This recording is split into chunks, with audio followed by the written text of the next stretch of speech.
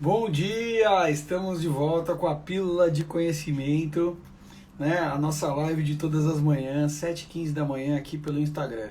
Que depois a gente compartilha também no Facebook e no YouTube, mas primeiro a gente executa ela aqui ao vivo e a cores para os ouvintes da parte da manhã, né? Para quem quer aprender um pouquinho mais sobre diabetes, a gente traz a Pílula de Conhecimento, né? Diabetando com a Lê. Bom, hoje a gente vai falar sobre a própria hiperglicemia, né? Eu recebi essa semana muitas pessoas escrevendo: Ale, de forma prática, como eu controlo a glicemia? Ale, o que eu tenho que fazer para minha glicemia baixar de 200? Ale, eu não consigo controlar a glicemia, não sei mais o que fazer. Eu acho tudo isso muito interessante, porque é nítido que as pessoas ainda não conseguem realmente controlar suas glicemias, controlar o diabetes, e aí aqui a gente está trazendo um pouquinho para falar da hiperglicemia, né? A gente vai dar um apanhado geral assim da hiperglicemia e depois eu vou dar uma contextualizada no final. Eu espero que traga aí conhecimento necessário ao desenvolvimento do seu cuidado com diabetes. Eu resolvi utilizar o que eu encontrei aqui hoje no site da SBD, da BD, da indústria farma, né, de agulhas, seringas e etc. Né, e eu achei que tem algumas coisas que não concordo totalmente, que a direção é muito mais pro... Enfim, eu vou explicando. Conforme eu for falando, eu vou explicando, mas eu acho que é importante... a gente compreender o contexto como um todo. Direto do site da BD, Becton Dickinson, se eu não me engano. A hiperglicemia é caracterizada por uma taxa muito alta de glicose no sangue, acima de 126 em jejum e acima de 200 até 2 horas após a refeição. Na boa, acima de 200 após a refeição, qualquer taxa acima de 140 após a refeição já não é boa não, tá bom? A hemoglobina glicada vai dizer. Mas vamos lá. As causas da hiperglicemia incluem falta de aplicação de insulina ou aplicação de doses insuficientes, ou seja, quando a insulina você não aplicou, né, ou porque esqueceu, ou se você está aplicando o que não é suficiente para você corrigir. Enfim. Desequilíbrio na alimentação com ingestão excessiva de alimentos, quando você mete o pé na jaca e não usa a insulina do jeito certo. Aí as coisas acontecem.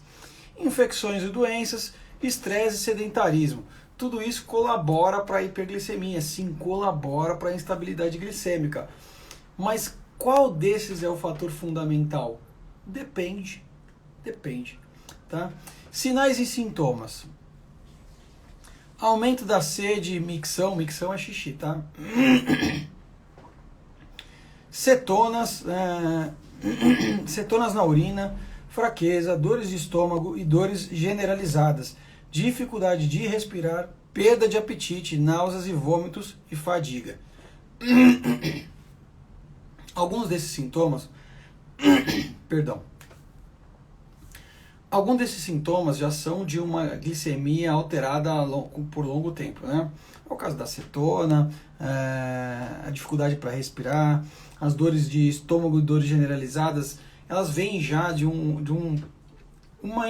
como se fosse uma intoxicação realmente, nascida ali do excesso de açúcar circulante, que é a hiperglicemia, que acaba gerando os corpos cetônicos e que causa realmente um dano terrível ao nosso organismo, podendo até matar. Tá? Então esse é o ponto de importância. Controlar a glicemia não é um capricho. Controlar a glicemia é uma questão de vida. Tanto a longo prazo, uma vida sem sofrimento, quanto a curto prazo, uma morte repentina por uma cetoacidose diabética. Tá certo? Eu escutei essa semana também, na semana passada, uma mãe comentando que a filha dela tinha sido internada 5 vezes em um ano por conta de cetoacidose. Gente, pelo amor de Deus, a chance da criança não se desenvolver, não crescer e inclusive não passar para a vida adulta é muito grande. Né? Não dá para deixar, não dá para aceitar. Glicemias acima de 200 corriqueiramente, elas são super danosas ao nosso organismo, né? Além de poder causar tudo isso daqui. Para identificar quadros de hiperglicemia, a glicose sanguínea deve ser medida frequentemente. assim como a presença de cetona na urina deve ser testada. Sim, se você está mantendo glicemias alteradas constantemente, o legal é a gente ter a tirinha de urina de cetona, né, para a gente poder medir em casa, tá? Aí mais uma coisa que você vai precisar ter, se você não sabe controlar a glicemia, vai ter que ter uma tirinha de cetonas ali para você manter os níveis aceitáveis de controle, né? Quando adotadas regularmente, as atitudes são capazes de identificar a hiperglicemia antes que atinja um estágio avançado. Ponta de dedo. Se o açúcar no sangue estiver acima da meta em 2 ou 3 leituras consecutivas, o paciente deve... Gente, pelo amor de Deus, 2 ou 3 não. Está alterada, se você sabe o que fazer, se você conhece o seu controle glicêmico, você já tem uma atitude a tomar. Tá ali, é aquilo, é a hora. Não dá para deixar para depois. Eu escuto muitas vezes falar assim, meu médico manda corrigir só acima de 200. Gente, isso é uma barbaridade. Tá certo? No controle glicêmico. Isso é uma destruição da capacidade de controlar a glicemia. Se você for corrigir só acima de 200, você vai sempre estar hiperglicêmico, você vai sempre estar correndo atrás do rabo. Nunca vai encontrar o caminho certo. Existe um caminho certo, existe um jeito de fazer com que a glicemia fique estável. Eu até depois vou publicar aqui o gráfico de uma das mamães pâncreas aqui do programa de mentoria diabetânia, da Sônia, do filho, no horário do almoço, uma linha reta, né? Nós somos capazes de conseguir fazer isso, né? É possível para todos. O problema é a falta realmente do entendimento e do conhecimento. E você veja que mesmo nos sites, nos laboratórios, eles colocam a situação da hiperglicemia para pessoas que não conseguem controlar. Essa é a realidade para quem não consegue, não tem como controlar, porque não tem conhecimento, não tem a capacidade ainda intelectual sobre o diabetes para poder dominar e controlar de forma efetiva a glicemia. Tá bom? Se o sangue estiver acima da meta, por 2 ou 3, procurar um médico imediatamente, beber líquido sem açúcar, né, preferencialmente água, aumentar a frequência dos testes de glicemia e realizar testes de urina para verificar a presença de cetona. Vamos lá. O que isso resolve a hiperglicemia? Isso tudo aqui que está dizendo. Não resolve muita coisa, né? No caso do tipo 2, talvez seja a oportunidade de usar essas ferramentas com mais intensidade mesmo. Mas efetivamente, quando a gente fala de tipo 1, isso resolve? Não, não resolve nada. A gente vai tomar água porque isso ajuda sim, mas não resolve. Tá certo? O jeito certo é você saber e entender sobre fator de sensibilidade, fator de correção, ajustes glicêmicos e ajustes insulínicos. E quando você aprende isso, todo o resto é história. Não temos que ficar vivendo de hipoglicemias e hiperglicemias. Precisamos viver de controle glicêmico. Condutas que previnem a hiperglicemia. Seguir uma alimentação apropriada ao tratamento. Apropriada ao quê? É que a gente tem que ter uma vida realmente equilibrada, gente. Realmente tem que ter uma alimentação mais saudável. Mas isso não significa nem restrições, né, nem privações. Não significa. Não significa. Significa que você precisa saber o que fazer com cada tipo de alimento e em qual hora. Dá para sair comendo uma barra de soufflé todo dia? Não, não dá. Dá para comer ocasionalmente um soufflé? Dá. Dá para comer ocasionalmente um x-salada e isso não ser um problema? Dá. Dá para comer todas as coisas que a gente gosta, desde que isso não seja uma prática do dia a dia, porque aí sim fica difícil você ficar sempre correndo atrás do controle glicêmico e isso pode ser um complicador para você no futuro. Tá certo? Praticar exercícios físicos regularmente. Me conta uma novidade, né? Todo mundo deveria praticar atividades físicas regularmente por uma questão de saúde. A gente não pratica porque tem diabetes, a gente pratica por uma questão de saúde. Eu sempre digo isso, o diabetes ele te obriga a ter uma vida mais saudável, e esse aqui é só mais um exemplo. Tá? Tomar os medicamentos no horário indicado. Monitorar a glicemia para garantir os alimentos, medicamentos e atividades estão equilibrados. Relatar qualquer doença, estresse ou estresse incomum aos médicos para que eventuais mudanças no tratamento sejam feitas.